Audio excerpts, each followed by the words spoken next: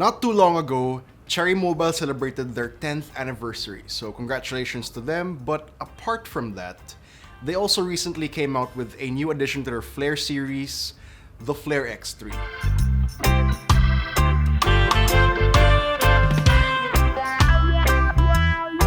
Now, if you ask me, I honestly wouldn't think that this phone was from Cherry Mobile if I didn't know about it beforehand, which isn't to say that their previous phones were ugly or anything, it's just an improvement. It has a gradient colorway that Cherry Mobile refers to as Twilight Violet. The Flare X3's body is made up of glass with a metal frame. The glass body gives the phone a premium and elegant feel to it.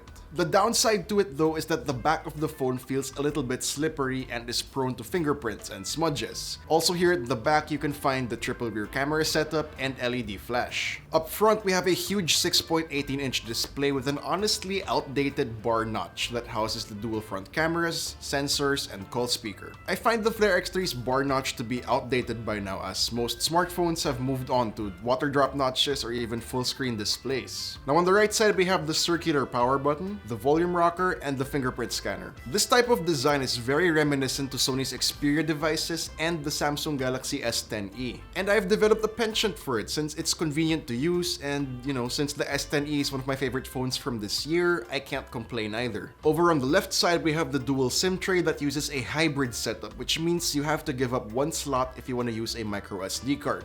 Down at the bottom are the USB-C port, microphone, and speakers. It's nice and refreshing to see that more and more phones are shying away from the evil that is micro USB. Just kidding. Or am I?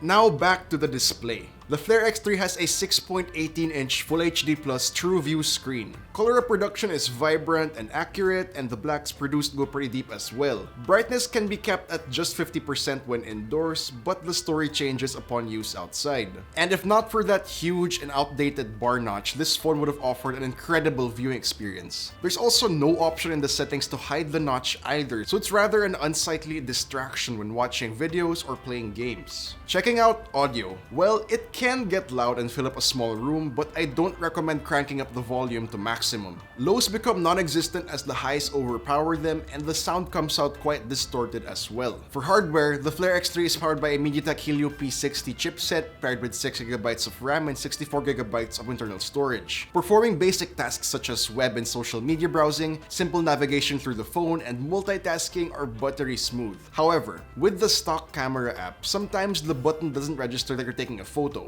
You'd have to press harder on the shutter button on the screen, which is honestly weird. As for gaming, we were able to play PUBG and Asphalt 9 without any hiccups at medium settings. You can still go higher with your graphics settings, but you start to feel lags and frame drops. If you're curious, here are some benchmark scores. For security, both the fingerprint scanner and face recognition work pretty well. However, there's a slight issue with the fingerprint scanner. Sometimes, even when the phone unlocks using your registered fingerprint, the screen freezes and refuses to scroll or even move at all. Switching the screen on and off gets rid of that, but come on, this issue is so damn inconvenient.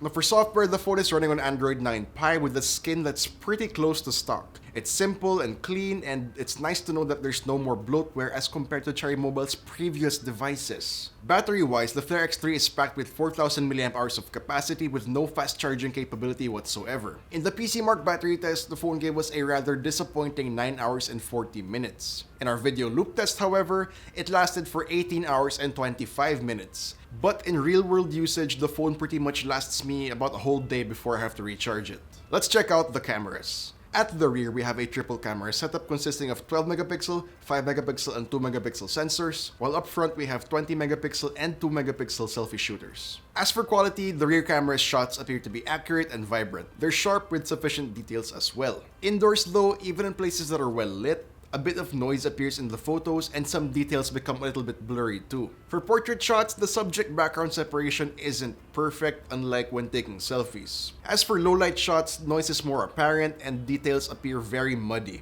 Now heading to selfies, they look decent enough to use on social media. The quality seems good under natural light, however, some details get muddy upon taking selfies in places with insufficient lighting. With beauty mode enabled, you notice that the skin looks smoother and it does blur out some of the blemishes. But at a certain point, it can get a little bit overboard, resulting in the skin looking too flat. For portrait selfies, there's enough subject-background separation, but the artifacts around the edges of the subject are noticeable at some points. Overall, the device may have a couple of drawbacks. The images produced by the camera could use a little bit more work, and let's face it, that bar notch is really outdated, but hey, it's an improved design overall given that the Flare X2 is even more old-fashioned by this point. Despite the bar notch though, I'll admit, you do get a smartphone with a premium feel to it.